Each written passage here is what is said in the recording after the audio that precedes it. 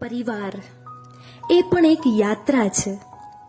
તીર્થ સ્થાનના દર્શને જવું, દેવ દર્શન કરવા, સત્સંગ કરવો એ જ માત્ર યાત્રા નથી. કુટુંબમાં સર્વે સાથે રહે, સાથે જીવે, એકબીજાના સુખ દુઃખના ભાગીદાર બનવું એ પણ એક યાત્રા જ છે. તમે મંદિર બદલો, માળા બદલો કે ભગવાન બદલો, પણ સારા પરિણામ માટે જ્યાં સુધી એકવાર તમારા વિચાર ન બદલો ને ત્યાં સુધી બધું નકામું છે.